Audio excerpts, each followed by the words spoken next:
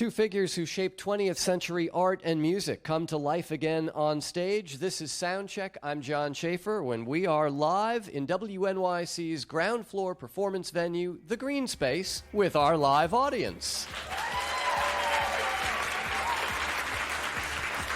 In just a little while, we'll be joined by the cast and the band from the Broadway musical Fela. But first, Andy Warhol made nearly 500 short films of people who frequented his factory studio here in New York, people like Lou Reed, Dennis Hopper, and the singer Nico. In 2008, the husband and wife duo of Dean Wareham and Britta Phillips were commissioned to create music to accompany some of those films. For Lou Reed, they recorded this cover of a little-known Velvet Underground song. For Nico, they dusted off a Bob Dylan song that was allegedly written for her. Here to screen that film and to soundtrack it live in the green space are Dean and Britta performing their version of Bob Dylan's I'll Keep It With Mine.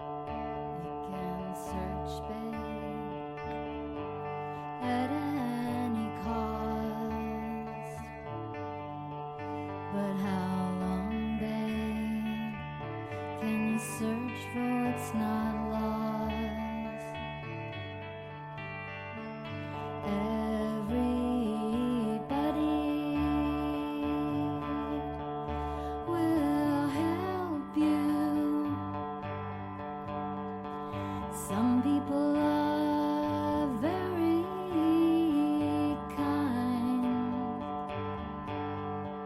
but if I could save you anytime,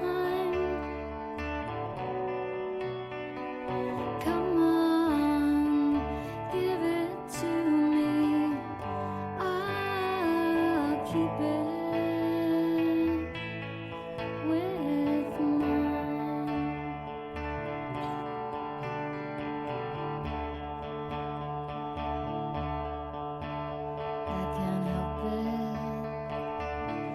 You might think I'm odd if I say I don't love you for what you are, but for what you're not.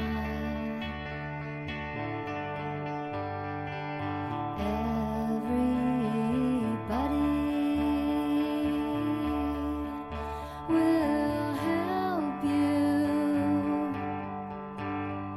discover what you set out to find. But if I could save you anytime, come on, give it to me, I'll keep it with mine.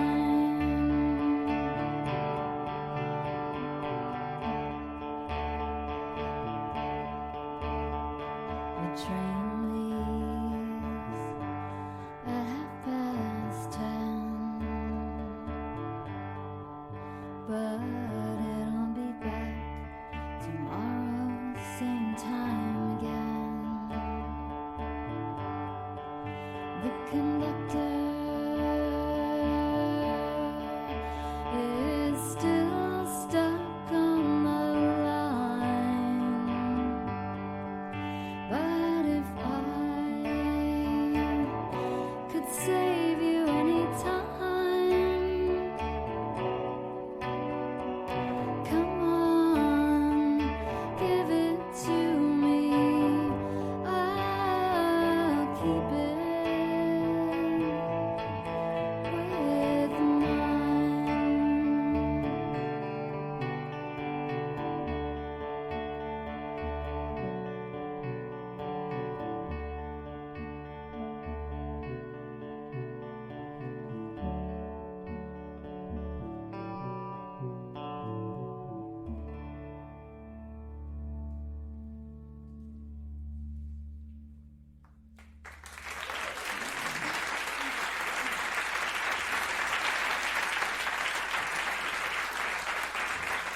From WNYC's Green Space, that's Dean and Britta and their version of the Bob Dylan song, I'll Keep It With Mine. And for those of you listening on the radio but not watching the live webcast online, while Dean and Britta were playing that, we were also seeing this Andy Warhol film, Britta, of the singer Nico, looking very young and pensive and bored and beautiful. What are these films? I mean, how much do we know about these Dean? are Andy Warhol made about 470 of them. They're short, silent portraits. Each of them is a 3-minute reel of film that when they play back at 4 minutes, which is sort of the trick that he employed. So everything's a little spooky and stretched out. And A little exaggerated. Yeah, exaggerated. And you see emotions flicker across people's faces that maybe you wouldn't notice. He initially called them stillies. They were sort of maybe a transition from the photo booth portraits he was doing. Then he was moving into film, and they're really not screen tests, they're film portraits. Yeah. Although that's what people call them, or screen tests. Yeah, I don't think anyone's being tested for anything. You know, Mary Warnoff,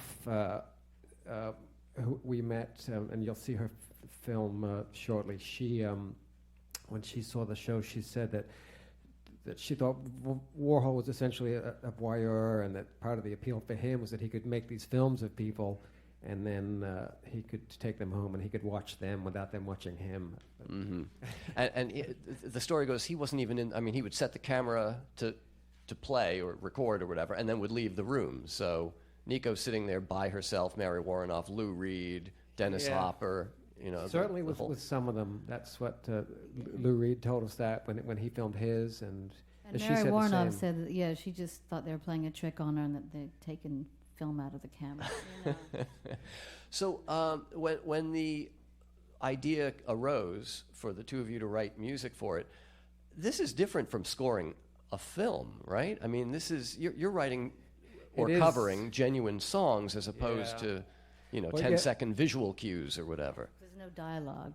Yeah, so it's continuous. Usually, I mean, if you score a feature film, you come up with 20 or 30 minutes of music, but it runs all the way through.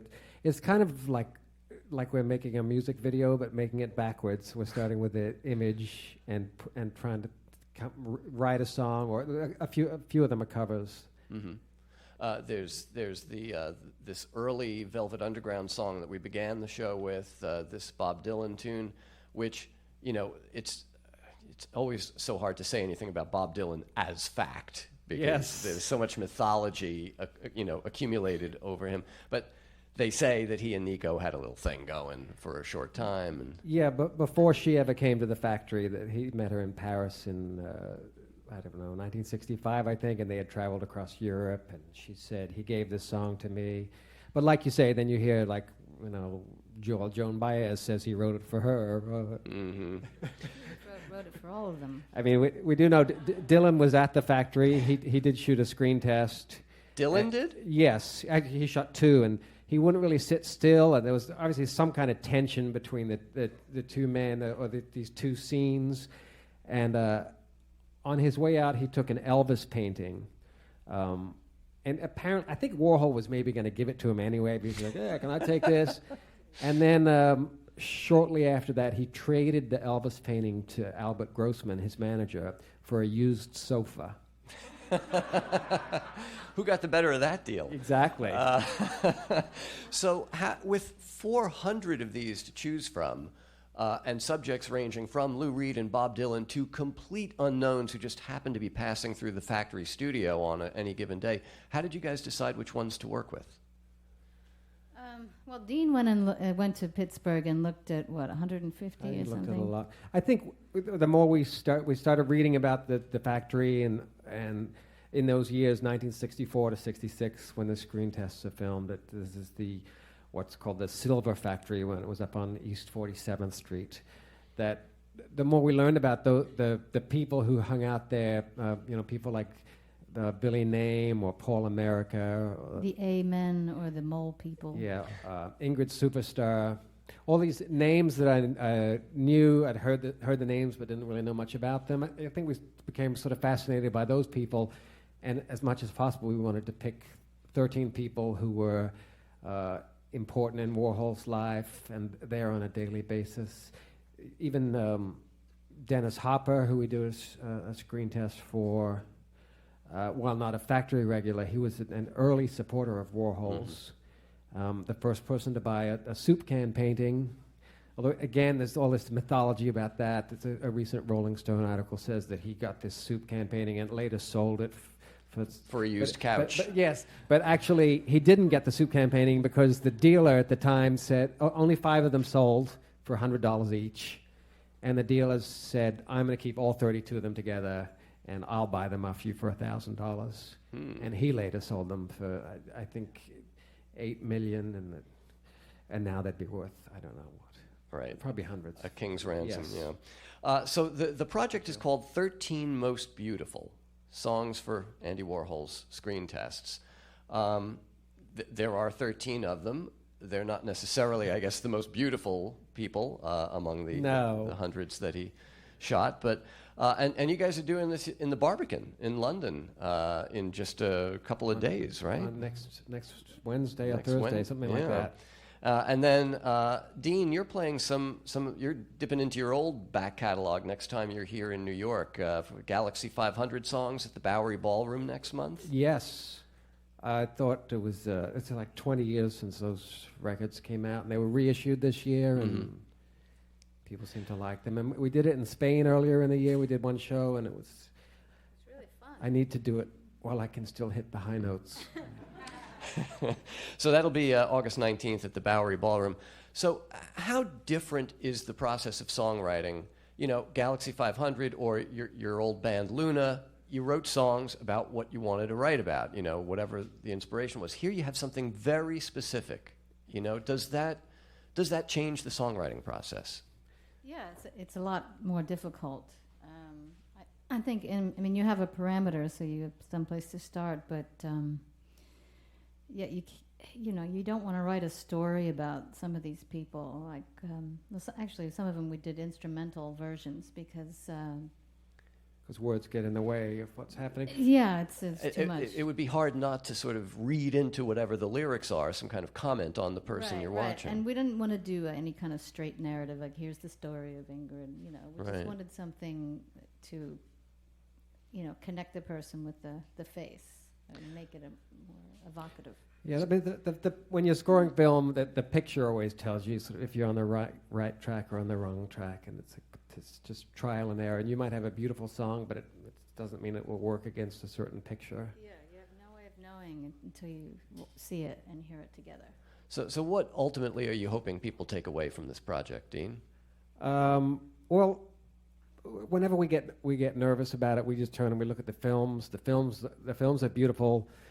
No one ever gets to see them on a big screen, and I think it's a multimedia show that really works. And I mean, because a lot of these don't. So, if you go to a mixed media show and you're like, oh, that's an interesting idea, but there's something perfect about these, and because they're each 4 minutes, they're ideally suited to a song, and then you tell a story about each person, and some of the are fascinating. So I don't know. It's an evening of watching beautiful films, and then I think the music actually adds to them. Mm-hmm.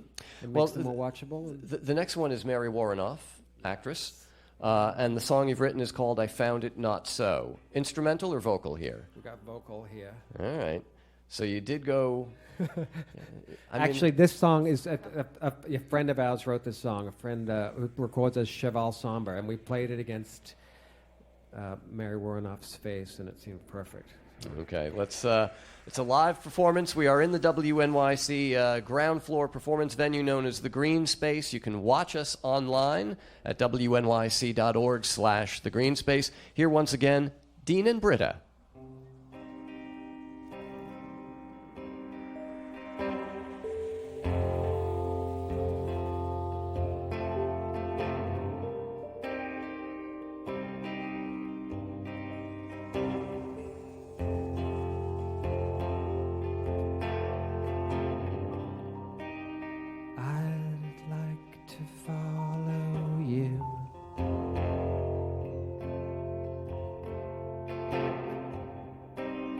some place we could go.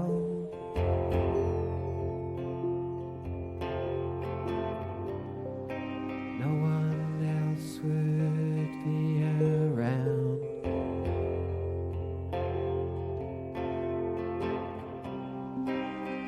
to tell us what to do.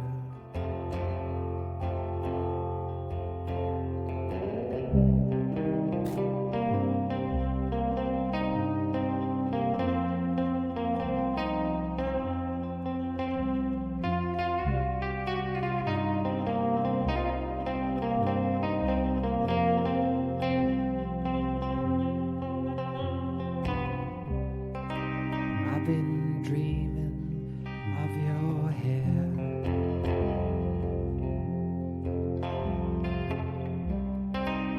and your skin so soft.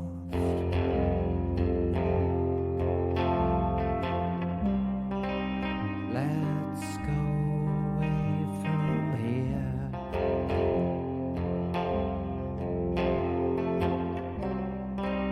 Where the doors can all be locked.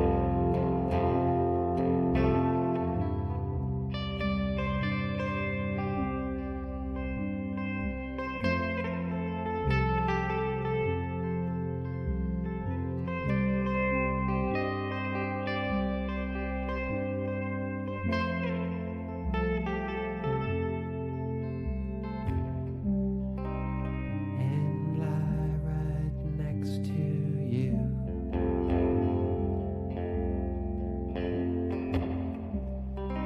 In the shade of the night.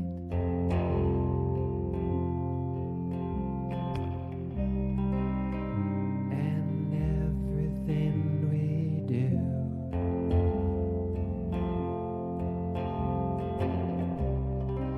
will be hidden from sight.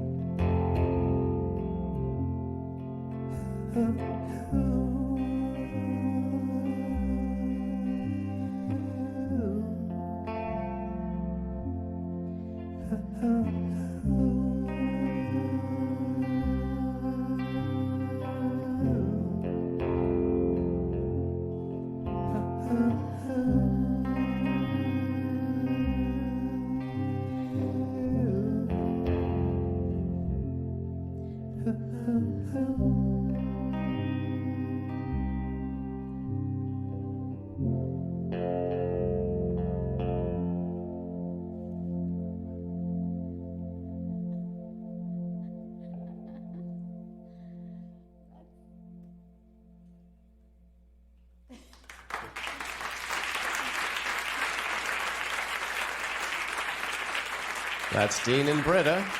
Dean Wareham, guitar, Britta Phillips, the keyboards, both of them singing.